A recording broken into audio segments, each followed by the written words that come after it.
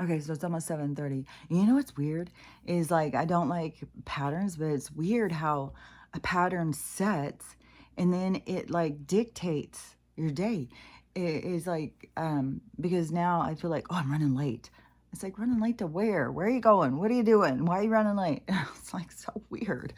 So the last time was weird. And I have had definitely 3 nights in a row awake at 11:30 and then up until like 2:30 or 3 and then back up at like today it was almost 6, thank God. And I felt like, oh, I could just keep sleeping, and it's so weird still the way the sleep is. It's like I'm in two worlds at the same time. I don't know how to explain it, but I think, it'll just weird stuff is just going to keep happening to people. And then, they'll hear me say something like that and then be like, oh, that's probably what's happening, because it makes you feel kind of crazy. I don't know. I don't think I feel crazy because the other world that they tell you doesn't exist has been so real to me for so long. It's just, it's so much clearer. It's like it's so much louder. It's like it's just right there. It's right here. And what was that? Because this just flashed into my head. It was really cool when I saw it. It was somebody, I think, talking about like the merge or whatever is happening, and they're saying like everything is right here. It's already right here. And that's why I keep saying it's like everything is right here. It's like if you thought of this book as a realm, I mean, if you thought of this earth plane as a book, that would be a realm. And so I think of it like a realm, but I could see it as a book because there's something that they had shown me that I understand. But it's also, it's just like all these islands, it's all these vibrations, because even a landmass can still have a lot of different vibrations in it, a lot of different experiences happening that have no interlink at all. And so but so if you think of it like that, like this realm and all these different, it's like all these different vibrations. And then but each page of the book, and see how they're just like stacked on top of each other, which they make a book together. Like all of these, like if people want to put together all these histories that we're learning about, although they don't all go together, they all are in the same book. They're all our lessons that have led us here to this moment in time.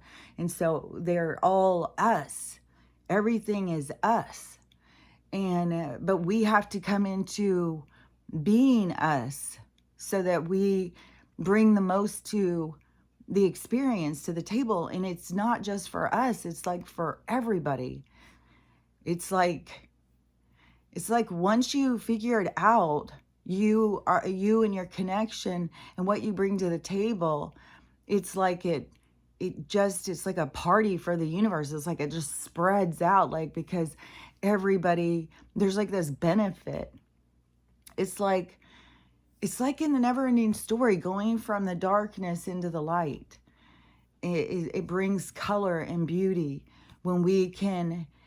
That is why we've been so in the dark, because people were so lost in themselves.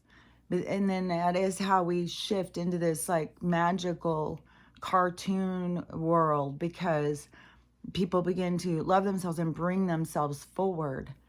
And everybody is like, that's why everybody's like so cut off in their souls. And so it's just a dark place. I've seen other, I think even Bashar, I think I saw a clip yesterday where Bashar was even saying, hey, this is hell, guys. It's like, yeah, if you're trying to talk about a concept of a place, this is the place you're talking about. And this is where, all this bad stuff can happen. And you have to, it's like you have to pull yourself out of it. You can't let it bring you down. And a lot of people get caught up in the energy, and then they feel these other sides of themselves, and that is where you have to still pull yourself back into balance, because these kind of, life can pull you really out of balance. But so if you think about the book and all its pages, because this is something when I was in the hospital, when I got my brain injury, and I was like, really, I don't know,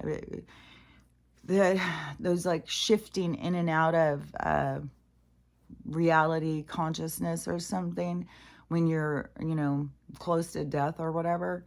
You're not just like sitting there, but you're sitting there. But I was like in other, um, I don't know how to explain it. But one thing that I was shown was this, how life is like a deck of cards, and when you shuffle them and they all go,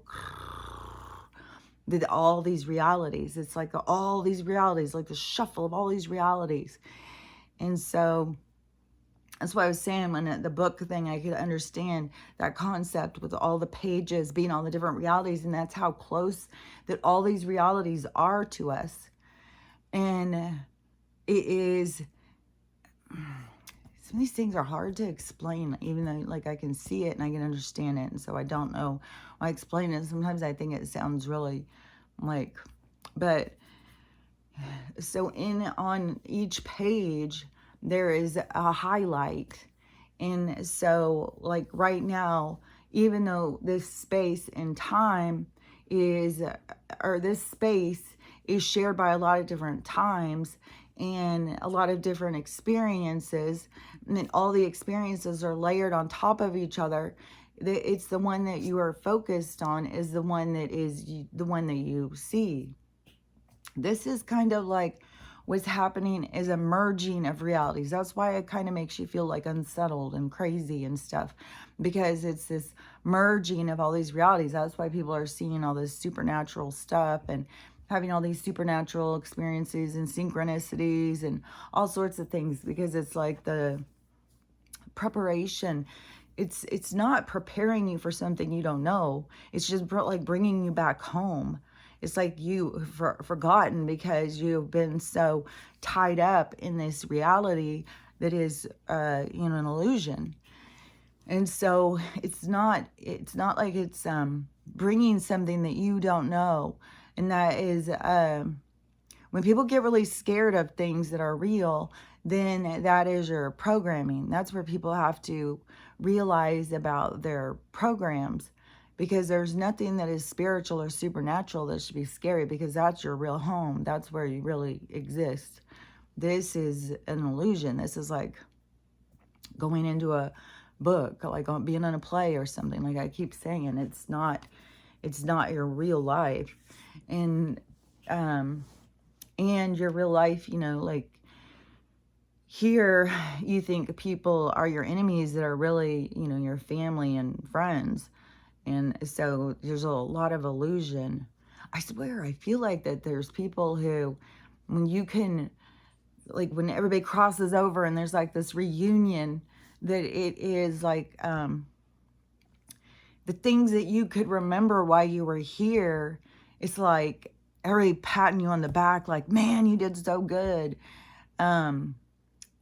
It's not like people would be mad at you, like you were mean to them or something, then you get over there and they're resentful. That is where that space and time of this, I don't know what else to call it, but this purgatory, it's like this shelving before, it's like an expansion of where we are in a layer before it just opens up. So it's a layer of vibration that you can't go out of, but it's just in a space of where you are raising your vibration back to where you are normally when you aren't in this game. It's just like a transition from leaving the game. And it seems like it's for people who have the most problems with their role or what they did or what happened or whatever. And I think, when you get over there and that, then you have people who just are there to just build you up. Like you have people who are there, you did good, you did good.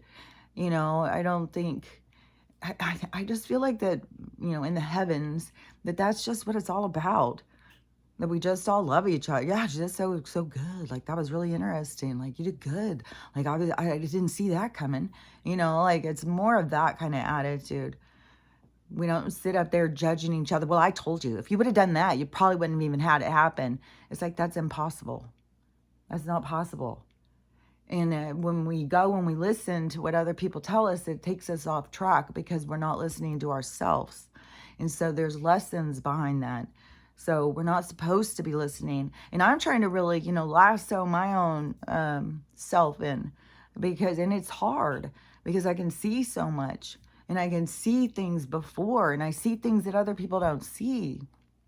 And it's difficult. And a lot of things that you see that other people don't see, they don't want to see. Like I said, you can make people feel bad about themselves because they don't see it. Like, what is your deal? What is your problem? And it's like, so it's just another level to this, being able to get control of our emotions, and this, trusting that, the universe has a plan. It's got its own thing going, and all these people, even though I could sit and go like, that's a mistake, don't do that, don't do that, that's them getting to learn all these things. These are their what is it? It's like a choice and a consequence. We all are making choices, and then there's always the other side to the choice. And so then we get to go through the choice, and then we get to experience and see everything leads us to the choices that we make. And that is what I've seen something about this so strong, because everything leads us into the choices that we make. And the choices we make are through our experience, and stuff is all based on, how we perceive and stuff. And it's based on lifetime after lifetime. And how he was saying, like, you're around people who have already learned some of the lessons you've learned, but then they haven't learned other ones that, like it's all a big mix up. It's not like, there's certain people that know everything, and then there's other people that are stupid idiots. No, we all are carrying a part that when we come together, it gives us the whole thing. Like I've said before, it's like when we all come together, all of a sudden we're this beautiful teapot. We have purpose. There's a reason. And in the beauty of us, our brokenness, it is a shard until we all come together, and then we create this beautiful picture. And then that is, I always see it like this teapot, in this beautiful teapot when we're all together. But then when we're birthed in, like how we've lived our lives and stuff, is we live it in a shatter, like wondering, what are we? Who are we? Why do we look so broken? I'm supposed to look more like that. I need to be more like this. And so, it's trying to find, but then when we all come together, all of a sudden we make sense. And we realize we're all carrying information that creates this beautiful pattern. And that is, I think that's the birth of the collective consciousness. I think that's what we're giving this birth to, this realization. And that is like that's beautiful, man. Oh, I'm gonna cry in a sec. Oh, hold on. Oh, it's really cool. The visual things sometimes are fucking cool. It's like this thought bubble, kind of like this collective consciousness creating this awareness and this acceptance and love for self first off, and then it creates this collective, this consciousness, because it ripples through, and that's what is happening. That's what it's all about, the awakening. And what's really cool is, like, we have one side of our governing forces that have an awareness of this awakening that's happening, and this cycle ending, and all these changes occurring. Like, they have the real knowledge. The other people have the real knowledge, but they're always trying to hide it from us and trick us. But we have one group of people that have, human, and I think it has to do with, like, there's supposedly meetings and stuff I've heard with Donald and the Galactic Federation. Like, some of these groups are meeting. And so, yeah, this is this word, I'm always trying to get this word. Once I get it, because it's like this this giving birth to something. It's like this coming into oneself is a birth of the birth of a warrior. Like, this one word, if I could get this word, I've been working on it for days. I think weeks. But it is like this giving birth to this this state of being, and that is hold on. So I'm stuck. I was getting stuck on that word, and I got lost up where I was. But this thing, if I could figure out this word, it's like it wraps it all up, and it is so much though the thing of this rebirthing of self, this coming into Christ consciousness, you know, this changing and this evolution. And, you know, it's obvious to me that we have a group that's working with us, especially when I see the things going on is all just about the awakening. And it is like more and more extreme stuff, more and things about morals. And I really feel like there is some of this stuff going on is a distraction to the bad guys, because it would be who, you know, certain people who haven't been arrested or whatever, because it's all had to play out certain ways. Like certain people were taken down, which is very curious to me. Is like, do some of these people just stay away from some of these people? And they don't know, do they really support them? But now they've gotten themselves into such a mess. It's kind of like they're kind of stuck, because I think that they really pushed a lot of people into very uncomfortable situations where they didn't know who they could trust. It turned it like in order to take these people down, it had to be very, like they had to play their own games on them. And so it's very strategic. It's very thought out. And when they say that stuff about like Trump's playing 5D chess and stuff like that, because it's on this spiritual level of things. It's like this whole other level. And so the like creating a distraction over here. And so you think like, well, of all these certain bad people, and it's all need to know, like, so let's just say, I mean, it just is so tricky, because so let's say you want to, you know, because this is the stuff they do to us. So that's the thing. They've done this to us for our lives. So they create this big firestorm over there in Aurora, right? Where they've got everybody talking about it. They've got the media saying all this stuff. And then that's one thing too, is I think there's a very strategic layout of media. And certain ones are exposing their corruption, and other ones are bringing in a manipulated message. So it's like it's a part of the show. It's a part of the game. Like they're doing it purposefully. Like they know what they're doing, because there was some parts of media that was just very, you know, the creation of puppets and taking insecure people who were desperate to be on TV and creating puppets, giving them money, and then, you know, they all just are handed a script. It's like, you're not journalists, you're just reading a thing because you want to be on TV. And so you are telling us things that you don't even know are true. So, you know, that's the whole thing. That's karmic kind of stuff. And like I've said, it depends on how you put things out of order. And some of this stuff is so big. It's like, it's crazy. Like to think like there's souls that came into, like, I don't know if there was some kind of, well, you're not going to gather all the karma, but we need this part played or something. Like, I don't know. It would take so much of people not being affected. It's like how it affects. It's like the effect is what puts things out of balance, what creates the karmic side of things, you know? So, and it's like a storm or something. It's like a disruption. It's like a lightning in an energetic field. So, so let me think, what was that? So this part now where it's like this, on a micro macro, it's birthing out like this whole collective consciousness. And is the collective consciousness is given birth to, like, it's like this energetic thought bubble. It's like this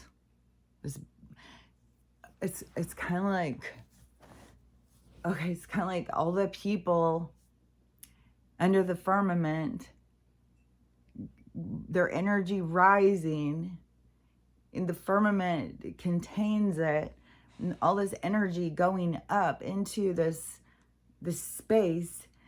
And there's so much chaos in this energy because it's in such a time of change, and it is so much about how things affect us. Oh man, there's so much stuff about that, about the things that affect us and stuff. And so then the energetic field becomes like it's in a birthing stage right now. It's like it's in labor, and it's all of this. And I swear the sun is like a portal, even though I think that they are covering up.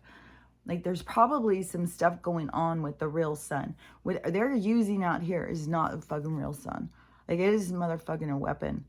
100%. Yesterday, I swear to God, I smelled like something was on fire. I was like, this motherfucking sun is going to probably start the fire, forest fire. It's ridiculous. And it's a weapon. There's no fucking way. And I can smell it. I smell that fucking light smell. It's weird. So anyways, when I see like this energy all going up in this, and it's like these labor pains. This is what we're in. This is why there's no going back. There's nothing that's going to change the inevitable. Where people keep thinking like, and they all, I don't know, they think what they're here to learn about. Like, I don't know. Like, it's not for me to try and talk sense into people or try and get them to see other things or whatever. I'll talk about what I see. And they can talk about what they see. Because there's people that are just out there trying to convince everybody about the NPCs and soulless people and stuff. It's like, so, I just don't understand soulless people. Like a goddamn fucking plants. The fucking dirt, everything has energy. And we just have a manipulation of energy that is going on here. And then they're taking energy. And this fucking birthing centers, like, motherfucking shit. Like there's some interesting videos if you like, hearing about the Hollywood bullshit. The Wayans, one of the Wayans brothers, I think it is I think he's one of the white chicks. He is talking about all the dealings with the Wayans, because I remember when Living Color was out. I loved that show. And so whatever, those guys who had done all that, like it's a big ass family, and they it's an interesting interview. Like I really like, I think he was saying Keenan, one of them, he was I don't know if he was the one who was always going to the meetings or whatever, but they would try and make it about like Black success or something. And when he was saying it, it was like, that is absurd. How do they take success and turn it into a color? Like, that just shows repression. That shows oppression. You're saying, oh, we tried to hold you back, but you're broke free. And then they try and keep them caged in and keep them under their control. Like, fuck, there's some fucking serious ass racism that goes on in goddamn Hollywood. And then they put it in these fucking movies and try and create this fucking hostility because it comes from them. They're fucking these people, man. So, anyways, so we're creating this, we're giving birth to this collective consciousness. So all of our experiences, all of our stuff, and the watchers, like we have people who are watching all of this, like presently, like there's, we have an audience. Like I've got an audience all the time. I perform sometimes for them too, which I just saw a video that was talking about dancing and how it raises, well, I know it raises like your dopamine or whatever, and it does good things for you. And another video too is people who think that they look like shit and they're all stressed out and they're aging, is cortisol. Your cortisol will make your face get puffy and stuff. So getting your hormones and stuff under control will make you look younger. It will change your face. So that's why I keep saying, like, there's so much stuff. Like, you have to heal things emotionally. Your physicality is representing, where things are out of balance, where things are out of control, what you need to work on. You just have to learn how to read your signs. And so, like, if you're just looking at your face, you're like, God, I look like shit, man. Every day I look like shit. You got to be thinking, okay, so I got some hormone probably out of balance. I need to get, I need to really focus on sleeping well, not being stressed. Maybe I drink too much coffee. Maybe you just got to start looking at things. Try little things like, if you drink a lot of coffee, take it down a notch. Get off those fucking monster drinks. Like, those things are fucking really bad. Young kids are getting heart. Like, it's so ridiculous, the stuff that they put out there. And they know there's kids having heart attacks and shit from this stuff. Because I knew somebody fucking 10 years ago. And it was a very young person. It was one of number 4's friends. And he started having heart problems. And he went in and he had to go get all the stuff checked in. It's because he'd pound down monsters all day. And it actually damages your heart. And then you just have all these young people living off of this shit. Red Bull and fucking Rockstar. And working at night in the hospital, there were so many people living off those. I drank a couple of Red Bulls in my life. And by the way, they don't leave your system, apparently. So, anyways, that's a whole thing. So if you are, like, frustrated with how you look and stuff, it probably is just that. It's just like you're getting drained of your minerals. You're overextended and you're out of balance metabolic system. You're overrun with toxins and you aren't able to filter and process through. So you think like you look like shit and you feel run down and beat down. And that is your body telling you, like, you need to make some changes. You're going to die if you don't. Because that does end up happening. And then you get to the other side and you're like, fuck, I should have done better. But, your time is your time. And what you do with it is up to you. And you do just have a window of time. And putting it in little increments and celebrating because you made it to the next one is a waste of your time. So we're creating this, like, thought bubble. And it's like this layer of information. And we're all putting into it. Every day we're putting into it. And we have an audience. We have a lot of people who are involved, a lot of beings from other realms and stuff. And this is the thing too, is that video of the grizzly bear fighting the Bigfoot, where I was like, I call bullshit on this. I saw she was from, I don't remember which reservation, but I think it's over by BC. So she's in Canada. And so she said that out where she is at their reservation, that every reservation knows about the little people. And every reservation has different little people, and they come in all different sizes. And she said by her, they're about 2 or 3 feet tall. They are real hairy, and they're tricksters, and they'll play tricks on you and stuff. And when you go and walk into the woods, you're supposed to put ash on your face because it's like, having respect for them, having awareness, and like, we're not going to mess with you. And then, just like, if you come into the forest and you don't put the ash on your face, then they will play tricks on you, and they can hold you captive in a space cell. And that was also in the movie The Watchers, that they create this cell that you can't get out of this certain space. And she was telling a story about a woman who didn't believe in all that, and she went into the woods and she got trapped overnight in one of those things. She couldn't get out of this little thing. Like, everywhere you'd walk, something was holding you in. That's been a lot of movies, actually. Because I was just seeing some other movies. I think that they probably are mostly in the horror genre, but I love horror movies. So not these splatter, not these new kind of movies. Like, I like ones that have, an interesting story. I don't need to watch somebody's guts splattered. That's not horror. That's just gruesome terrorism on us, on our fucking minds. And so that's why they've created so much violence and over sexualized society, because it hurts us. It hurts us in our minds and our soul. So and the people who can turn that part of themselves off, that's the part that's about to come on. And that's why it's going to hurt. It's going to be like, fuck, man. I was like turning that off. And it's going to come on loud and clear. And that's where it's going to hurt a lot of people. Because they're turning their soul down. And it's like, no, you need to listen to it loud and clear. It's your morals. It's, you can't just go off like you don't have any because they're in there. And then when you all of a sudden realize it's going to hurt. So, so we're creating this giant thought bubble, and it's like this pulsing of like the firmament. It is like this labor pains. And then to me, and this has to do with the solar flash and stuff, and it is like this giving birth to a whole new reality.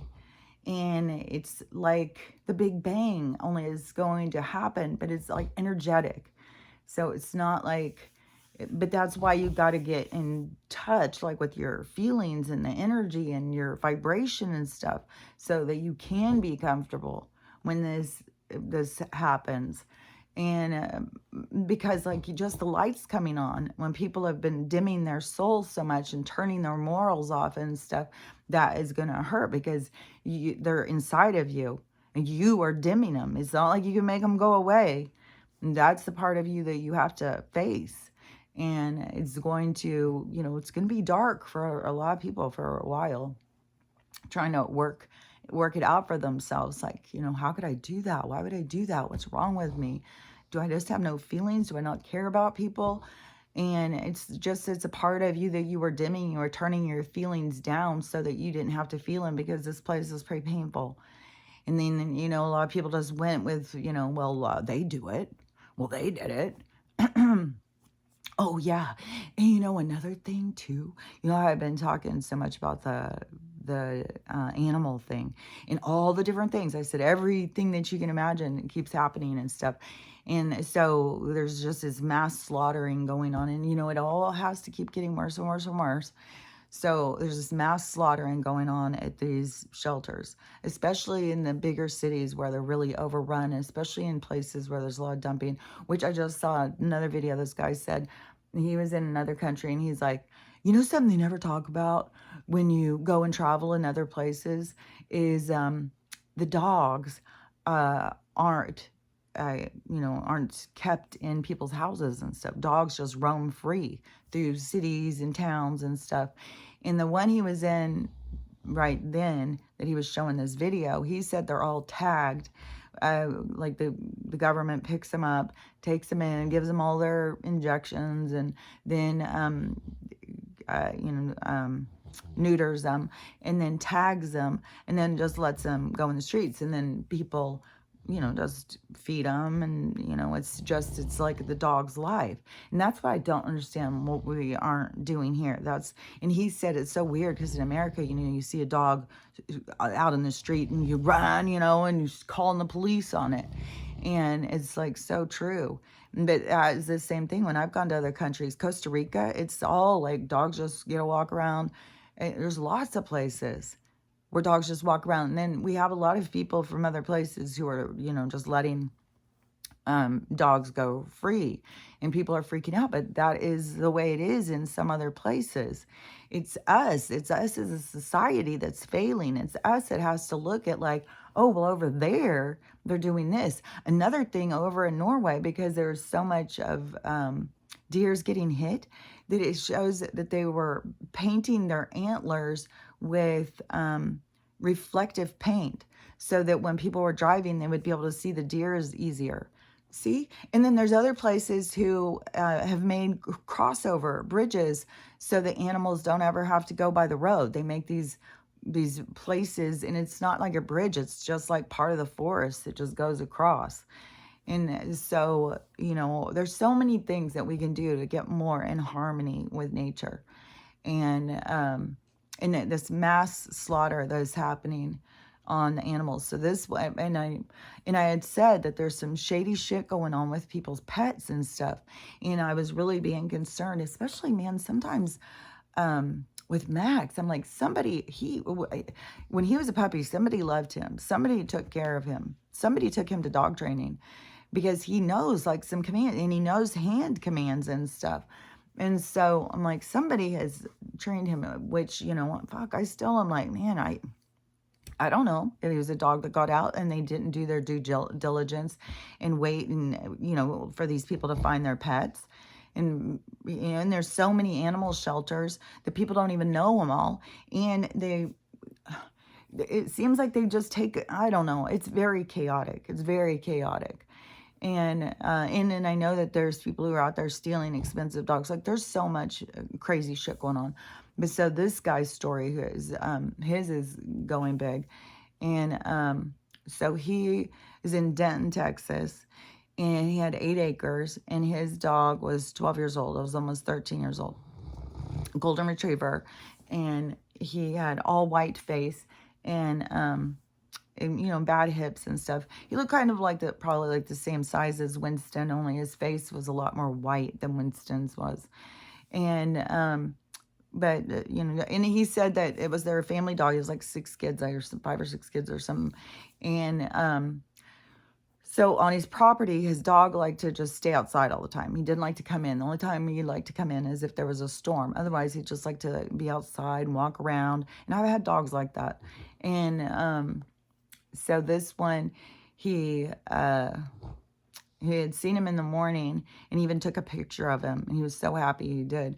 So he saw him in the morning, talked to him, and took a picture of him. And the dog had this collar thing so that he could look on his website or on his Google Map, I don't know, some kind of tracking device thing. So he would know where his dog was all the time on his property.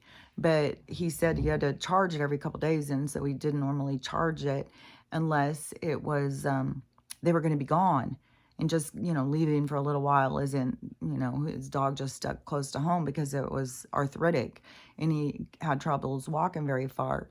And so he but if a dog comes in with some expensive collar like that, then you'd think like, okay, well, somebody loves this dog, somebody's looking for this dog. And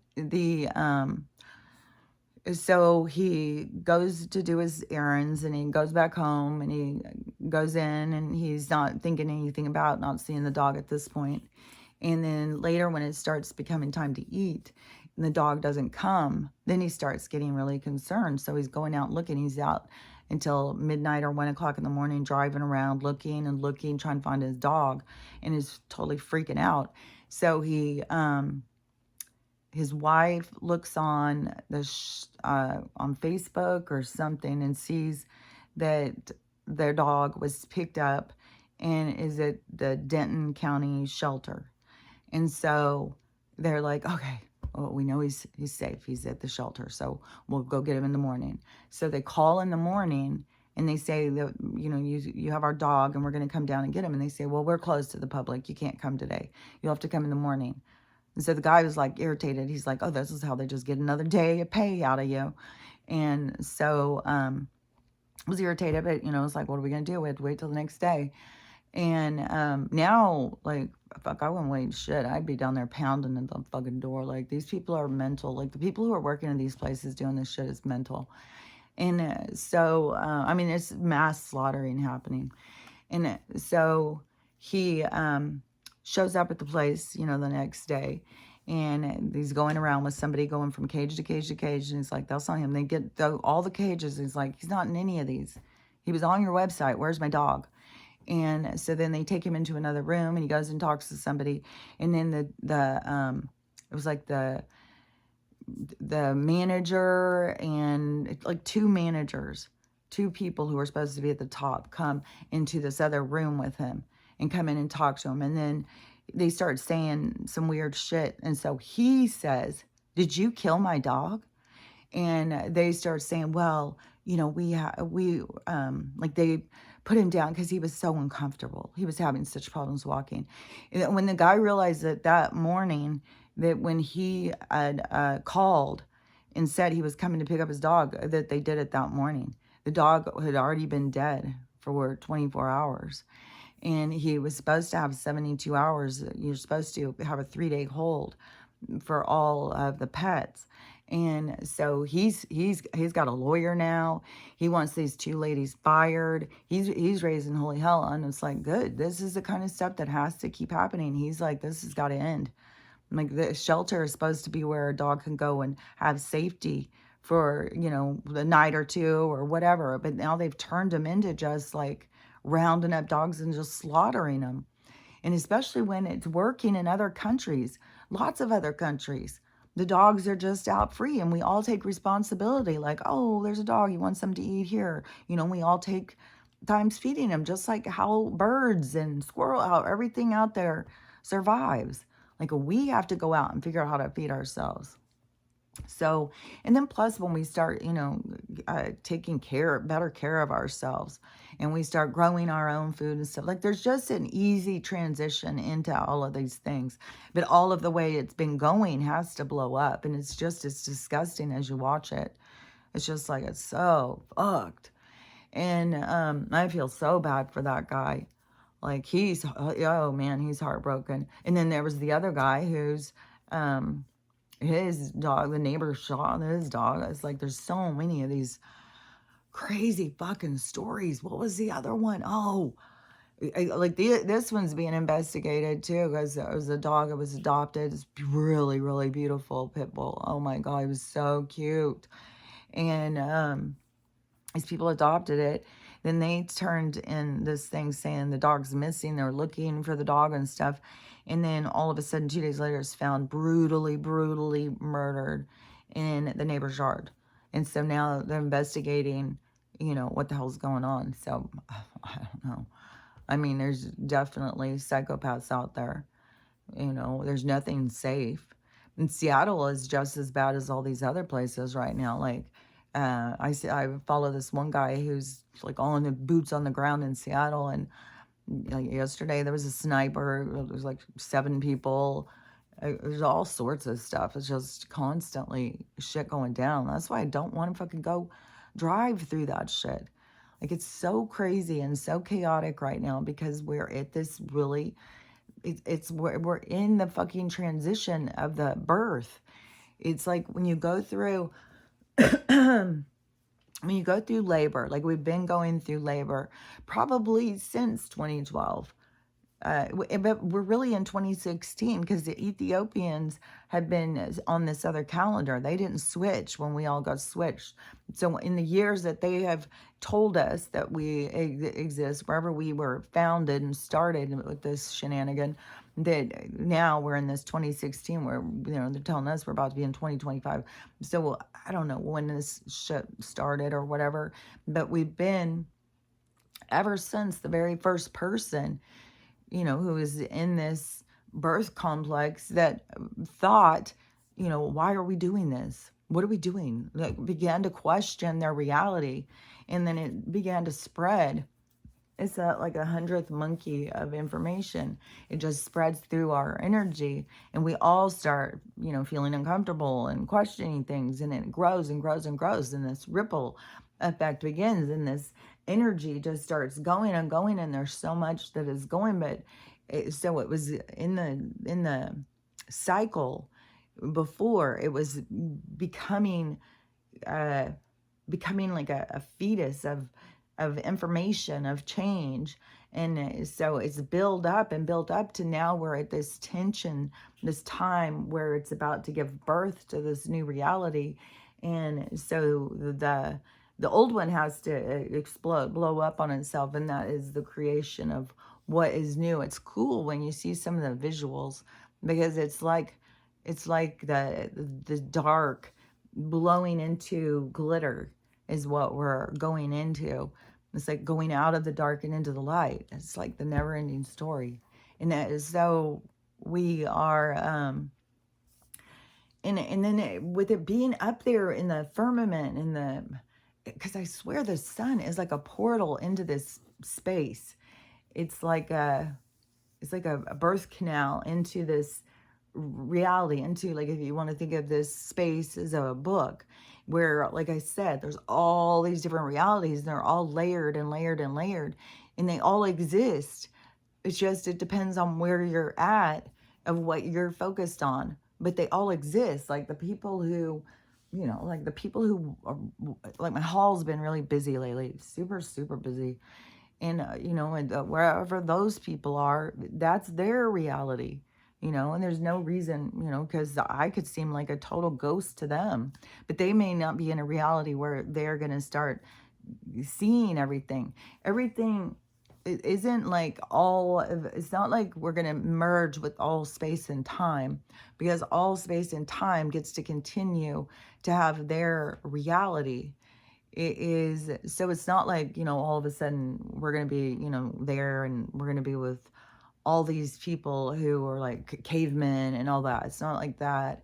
It's because it's on a certain vibration, and in those vibrations, that is a certain lessons, certain things that are being learned by the beings. And so it's not at this same where we are. Where we are is more of this busting into this other.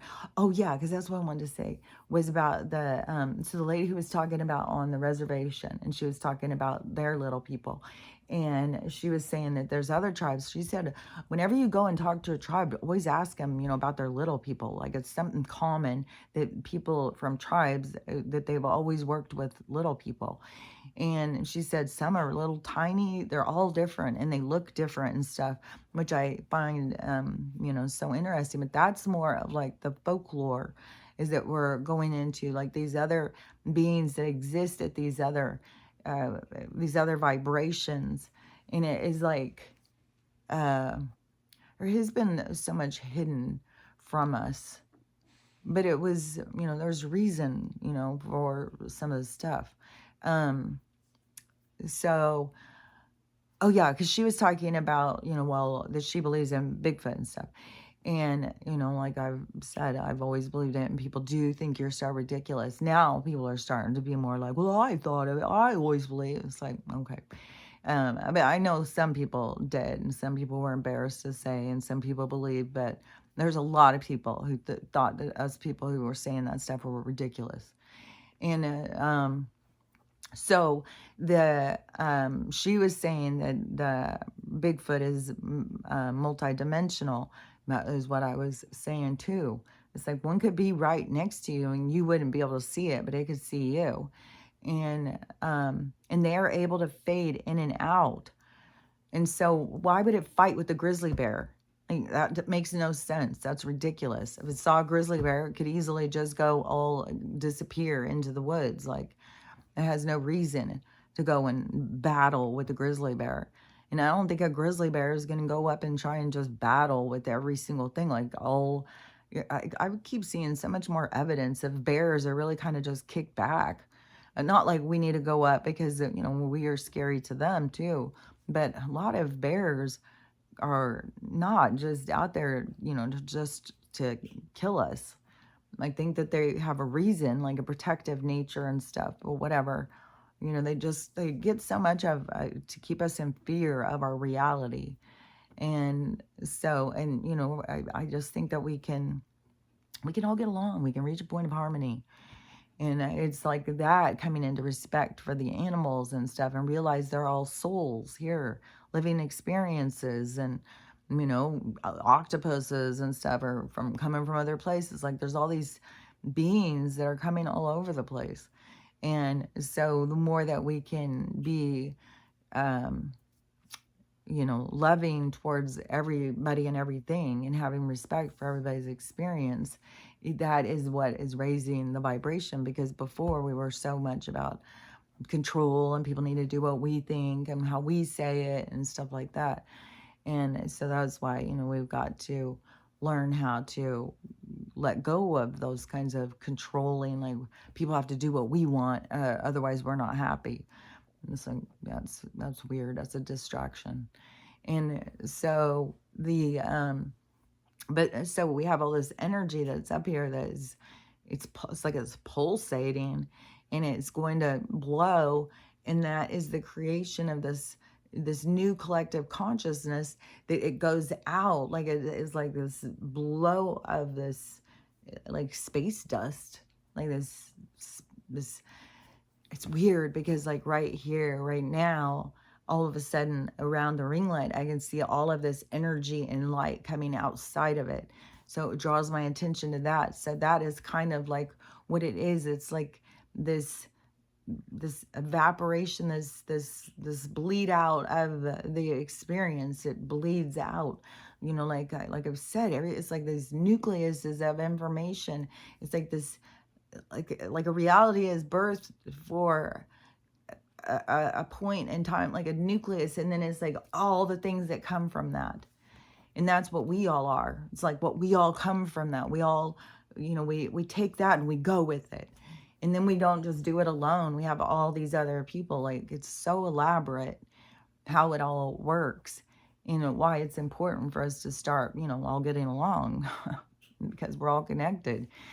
And it's like your body's at war with itself. We're the body of the universe, and we're at war with ourselves.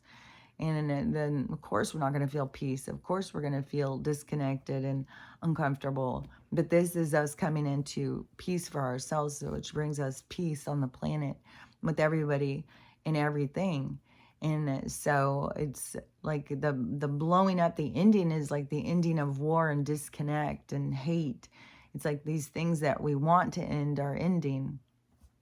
And it's very dramatic. Like, and it is so much about people, you know, becoming outraged, and this isn't right, this isn't right.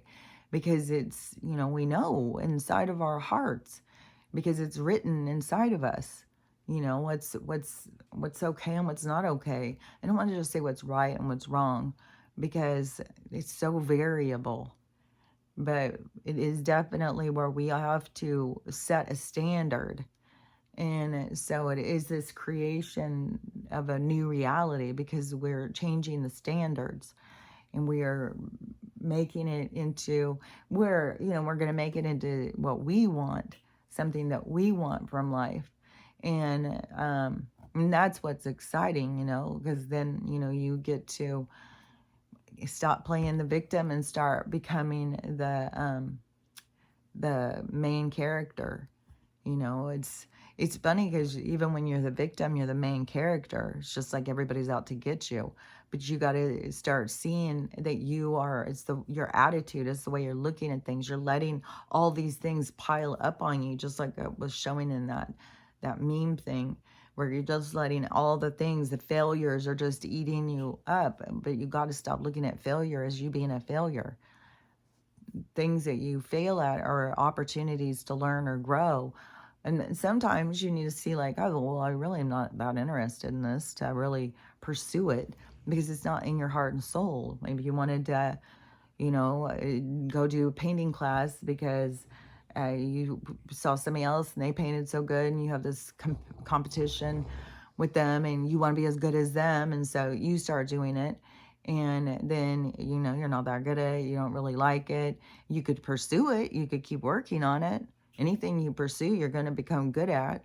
And so you could, but you don't really have the love for it. So that's where you got to be like, well, this isn't really my thing, you know, but there's something that is your thing. Everybody has a thing. Everybody has stuff that they're interested in. It's just that you got to change your focus from what everybody else is doing and start figuring out what it is you're interested in. What do you like to do? You know, what floats your boat? And so that is, you know, everybody's own individual challenge. You know, it's figuring yourself out.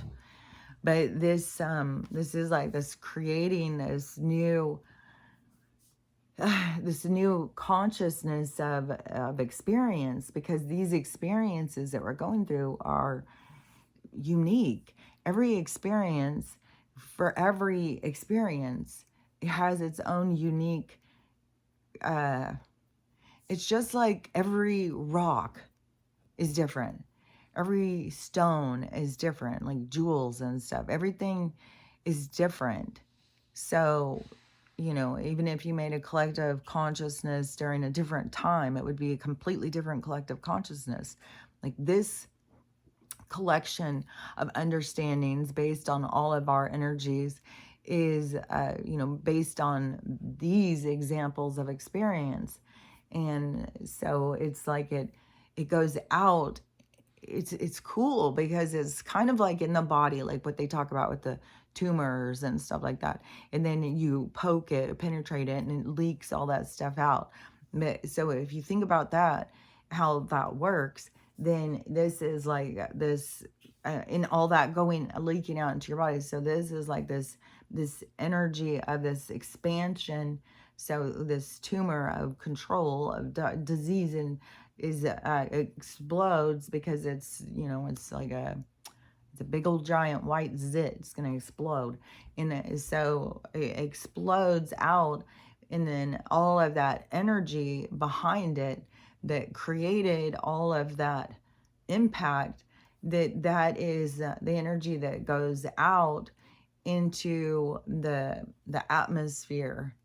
And so just as like how we are picking up, like how I said, like you pick up on information that is out in the ethers, and it comes into your mind and you think, oh, well, that's my thoughts.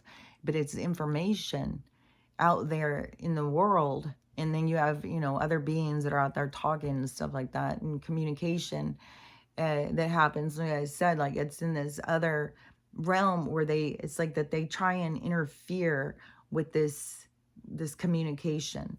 So, that's why so many people have problems with this, because there's a lot of interference that they try and create. I think that's the high-pitched sound, is that the interference that they create. And so the information, that is like the thought bubble, the collective consciousness thought bubble thing that we're creating is a part of that information that goes out into the ethers, the atmosphere, where everybody, it's available to the whole solar system, the whole body of Christ, the whole universe. It's like our information, it's like giving birth to this huge information that goes out where everybody learns from it. So it's very significant, like what is happening right now, and why, with the hostility and stuff like that is good. I mean, it would be much worse if all this bad stuff was happening and everybody's just passive.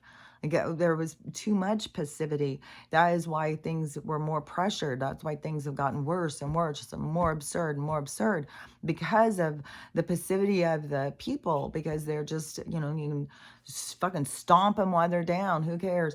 And oh my God, the amount of fucking kids killing kids right now. It was like, what? Man, I said, like, I knew there was going to be a lot of stuff with the kids, because it's kind of like the dogs and the kids, they've been ignored. They've been, put them on a shelf, be quiet. I don't have time for you. I've got to get to work. And, we have failed as mankind. We were overextended, but we were overextended in this chase of this, like, the chase to success. Is there was a point, now it reached a point of, survival. People are just trying to survive, and things are so out of control. But there for a while, and it probably was in the 90s, where it was like everybody was going out, and I'm still not going to say that's the generation of the Joneses.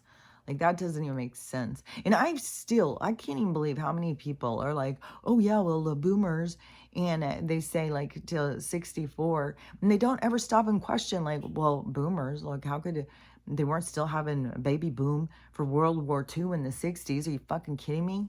Didn't even go past the mid 50s. Like, it's just absurd. It's just like, god damn, I just don't, ugh. So many people just don't stop and motherfucking think things through. That's why they can keep just saying stupid shit to us. And so because people are so passive, because people will just take it. And that is a part of what is showing in our society. Like these people can't take it anymore. Oh, and one thing that's super interesting is this is all going to be on disclosure and stuff. Is where it's even making me think like, man, this could all be a big show at that one high school. I don't know. I'm not saying it did happen or didn't happen. I don't know. Because there's so many of these things that they tell us happen and then they didn't really happen, and it's just a bunch of actors, and so it's hard to know. But I have seen a lot of kids doing videos that they were there and stuff, but they create so much trauma for these kids too, because even the kid that was the one who did it was, he was, and when they show this older picture of him, I don't know, sixth, seventh, eighth grade or something, he looks a lot younger and nerdier, and he at his school they had, and they did this for a while, and they would have these things where they said that they had to have the kids practice in case their school was overtaken. This is so fucking this is creating PTSD.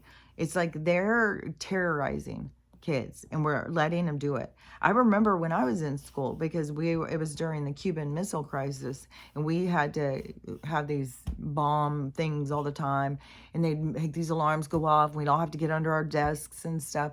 And so they've done these things, and this one that this kid was involved in, the kids didn't know. They didn't know, they thought it was really happening. And so that's going to set some screws loose. And so then you have who's there to help? The school's got counselors, the school's got, they're there for you. And then what have I said? Everything is this funneling system. It is, so they're looking for the kids that are broken. So then they get them all wrapped up. Oh, well, you got to go to these counselors and stuff like that. So they get in there, and then there becomes handlers and stuff. Now there is a 3-letter agency, starts with an F and ends with an I. And now they're showing that this one guy has just been everywhere with this kid. He's just all everywhere with this kid for years. It's like, oh, okay. So, man, it was when I saw that one on that chapter. I don't know if you've been listening to me for a while. You remember when I said, and he was doing that episode, and this guy was supposedly crazy, and he supposedly, I don't remember what the whole story was, but he was saying that they were coming into his house, they were watching him. I think it was this guy got killed or something, I don't remember. But when I was watching this episode, I was like, oh my gosh, they are finding, like, they're tracking. Like, if a kid has problems in school, they're tracking it. They're tracking. And then it's like they are taking ones that have got problems, and then they are breaking them because they're using them as weapons. And like this one guy who I said earlier when I said about this, so this guy, his interview is out, and he said that he has a certain line in his DNA.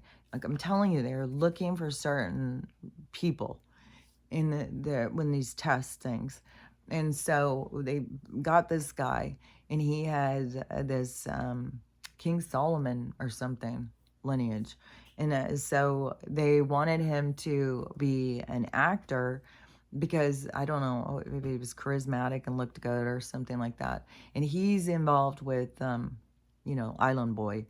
And Island Boy, he said, was it was so strange, because that guy was like split personality.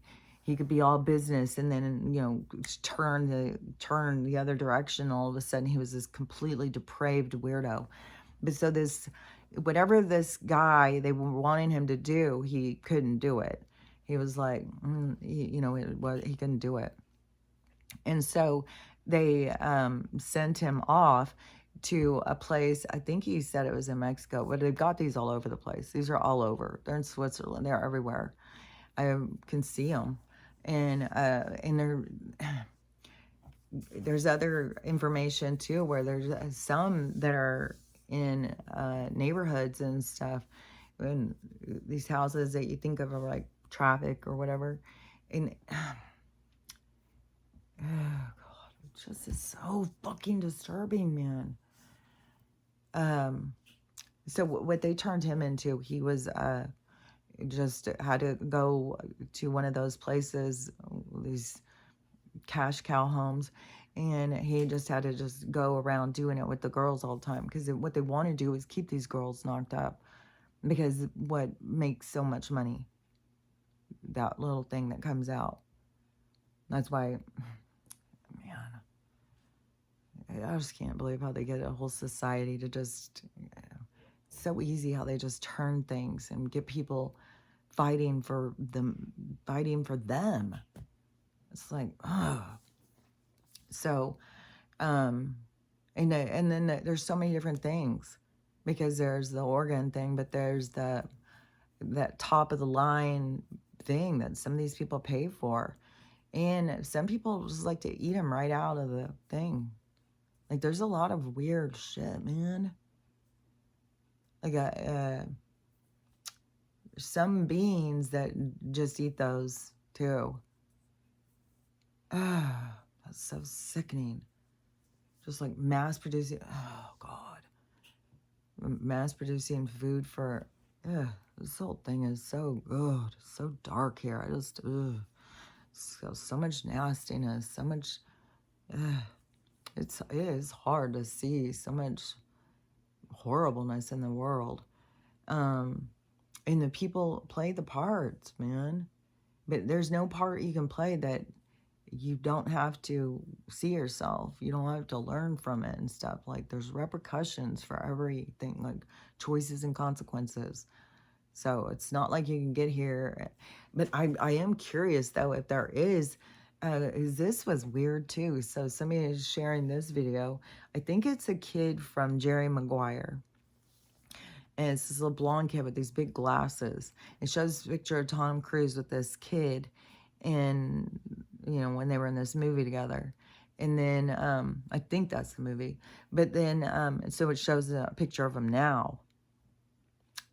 The guy's all grown up, and he looks old, and Tom Cruise looks the same. And they're like, vampires are real. It's like, I know there's something going on, and I don't know if it's like getting a clone and then having your consciousness moved. But they said that they even tried that with Martin Lawrence, and his family was saying that it's not the same. So, yeah, you're not the same. This is who you are. You change things up. You're not this anymore. And so that's why we got to get comfortable with ourselves and realizing, like, you know, the value of you. What you are is, you know, a part of everything. And and you got to realize that the beauty in you, even when you feel broken. And the whole thing is like, you can fix your broken parts. You can begin to feel better. You just have to face the pain that drives the feelings of being broken. So, you know, and that's, you know, what everything is about, is like this becoming, advancing yourself out of the dark, to recognize that you're in the dark and it's pulling at you. It's trying to take from you and push through to get to the light. And it's not because, you know, the dark is like bad. The dark is a part of everything too. But it's because if you are in the dark, you're going to live a life that is not true and pure. There's just a lot of, you know, negative shit goes on in the dark. And so when you live your truth and you're honest with yourself and you're real to other people, you know, that's being in the light and being authentic, being real to yourself. And, yeah, in these videos, like the videos of Kamala talking, like, oh my God, it's so absurd. Like, her talking is so ridiculous. Like, yesterday I was seeing, and I don't know if it was really live or whatever, but because it keeps being for days, they keep being live at the union thing, and it's like the same people standing behind them while they're talking. Like, the whole thing is just weird. And Joe, he gets up there, so Joe's back out there and back at it again, And he gets up there and he just lies. God damn, he lies and people cheer. It's like, oh my God, you got to know what the guy is really doing. Don't just cheer because he says, oh, I'm doing so good. Oh, yay. It's like, dude, you're not. Sorry. And it's just absurd. So you have these people cheering and him just hateful, negative, yelling, lying. It's just, oh God. And then you got Kamala. Jesus Christ. This woman just is like, all she knows how to do is just say things that just twist around. Nothing ever says anything. She's always just talking nonsense. Well, I got to do it because I need to do it because if we do it, that's how we have to do it. And then when it gets done, that's how it's done. So that's why we have to do it. It's like, what the fuck are you talking about, chick? And it's like a bunch of just wordplay. And this is what politicians, that's why it's got to be so absurd right now because we accepted that shit for so long. But it's just so absurd. It's so extreme right now because it is like, yeah, this is stupid. Like she's not even saying shit. And and then the whole thing with policies and stuff and how much good stuff that because now Joe, he's like, oh, we're going to do everything in America. Everything's going to be made in America. Oh, bullshit. Like, that was, the other guy was doing that. And then you just jump on. It's the weirdest thing. Like, it's such fucking bullshit. Anything that the other guy did that they try and take credit for. And then everything that they do wrong, they blame on him. It's like, this is absurd. And I just can't wait until it all just, like, blows up and falls apart. Like, and we got to be right on the edge. There was the Chase Bank thing. Like, that is just getting weirder and weirder and weirder. Like, these people literally were taking out tens of thousands of dollars. At first, I thought they were taking them out the ATMs. I was like, how is that possible? So they're putting in a check and saying $50,000, and then they're putting this check in, and then they are going and taking this money out. And so, and at this point this thing is at $92 million, this situation. And there's all these people are already being arrested. And this is the most insane thing. And there's also something about hackers and stuff were involved. But so where it really gets weird is because I heard somebody, one of the bank people talking yesterday, and they were saying that, so people would come in and write a check to themselves for a certain amount of money. So are you writing a check on your own account, or you're going to another bank, getting checks on a fake account and writing checks to another account? Like, this makes no sense. So you're going to the bank on your bank account and you're writing yourself a check for $50,000. You're going in the bank on a Friday, depositing it. The bank's not putting any hold on it, and they're just keeping it and letting you put it in. Or you're going in on Saturday, you're depositing it in on Saturday, then showing up at the Monday and taking the money out. I don't know how the people got the money out. Like, makes no sense to me. How would they get it out when there's no money? Like, Jesus Christ, try and go even put gas in your car past what you have in your account. It stops. Like, this doesn't make any sense. And how could there be all these people all of a sudden depositing these $50,000 checks? And then it's so strange. I don't understand it. But now all these people are being arrested. And I don't know. It seems like it's a part of something. It seems like this is, if it's to show bank corruption, to show flaws in the system. And then obviously some of these people, they have no idea. These people, like, when you see their videos, they literally thought it was a glitch. They don't understand you're committed a crime. This is check fraud. Like, and now they've got it where a lot of these people were wiring money to each other online, and now they've got them for wire fraud, and they've got them for federal crimes, and they're going after all these people. $92 million that was lost on that day, which, in a time when the banks are going down, it just seems like, man, is this a part where it's going to be like, oh, see, it's their fault. This is why the banks went down. Like, I don't know. I don't know. There's more and more fishy shit though going on with the money, and more fishy shit just going on all around us. So, just don't get too caught up in all of the shenanigans.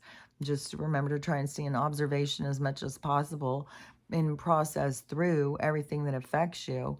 And, and there's lots and lots of horrible things. Like, fuck, man. It's like something bad is happening for everybody. And it's just crazy out there. Oh, yesterday too, we went down to this dog park, which it was really fucking cool. It was this huge park, and then we go walking in, and there's like all these trails, and I think, oh, it'd be really easy to figure out. No, I fucking got lost as motherfucking shit in this fucking forest. And I was really starting to have like a panic. And this is when I very first got my brain injury. This used to happen. I used to get very overwhelmed because I wouldn't know where I was. And so I kept having to talk myself down, keep myself calm. Even though every person I would see, I'd be like, is this the way to the parking lot? Am I going the right way? And then there's this one weird girl, and she kept being near me. And she was so weird. Like, all these people are back there, like, at the dog park, because your dog gets to be off leash and gets to walk around. Well, Max couldn't be off leash because he just, like, took off. So, but Stella just stays right next to me. She just, she's really good off leash. And, Max, he'll learn.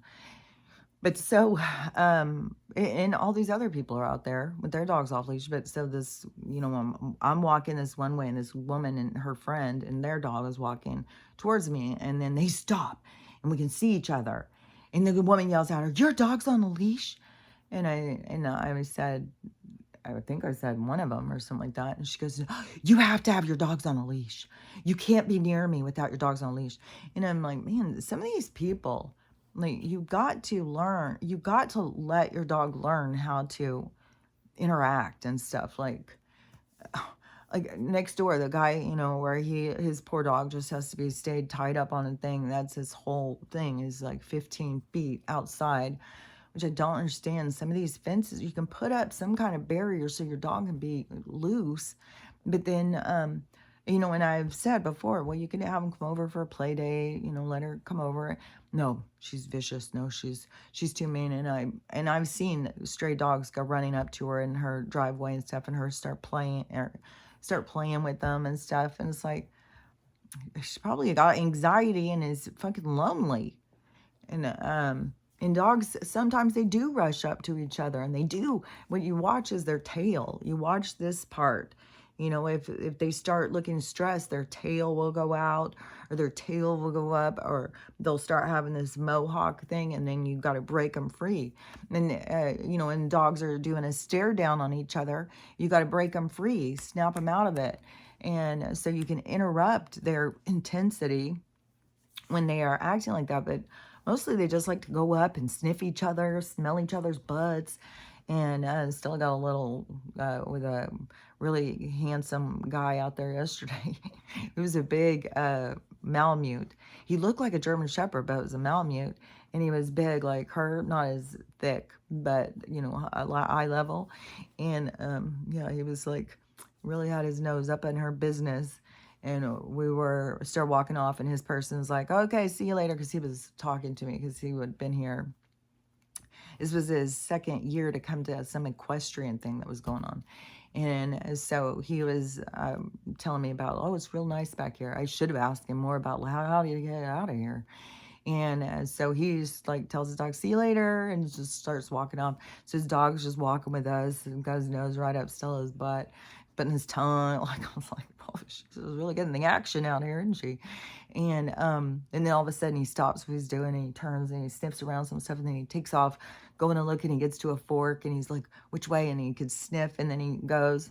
Like, see, that's what, where your dog is getting to run around free, is getting to do things and learn things and find you and track you and learn behaviors and stuff. And this lady's freaking out. And this continued, like, she kept being near me and kept yelling at me to put a thing on Stella. And Stella is like barely, at this point, Stella is like panting, and we've walked way too far. Now we gotta get back to the car. She's already fallen a couple times, and she She needed a drink and she needed to rest, and we had to keep going, and she was barely being able to make it. Like, she's barely walking. Once we got close to the parking lot thing, I put the leash on her, but it was just weird. I was like, how weird. And even when I came out on this whole other side, then I'm in the parking lot looking like, oh my God, am I going the right way or the wrong way? I cross paths with them again, and they start going way over there again with their dog. Like, and both my dogs were on a leash. It's like some people, I was like, if you want to socialize your dog, if you want your dog to get along with other dogs, you got to go out, like go to dog parks and stuff. Go let them interact. Go let them see it's safe and get comfortable. As long as you keep them, they're going to be anxious around other dogs and they're not going to get it. So, people do this to themselves and their dogs. So, anyways, that was a little bit of that. But that was intense, man, when I got lost in there. But I still think next week we're going to go again. I just got to figure out. I need to like put breadcrumbs or something. And then these fucking maps they put out on these trails. It's like, I don't know how to fucking read this thing. It's just all these fucking lines and it's intense. And, I'm not a hiker. No, it was intense. It was an intense dog park, but we're going to go back. We're going to do it again. So anyways, you just got to remember what we're doing here is learn how to love ourselves, how to love everyone, and how to have a loving day, because it's up to you. So I'll talk to you later. Bye.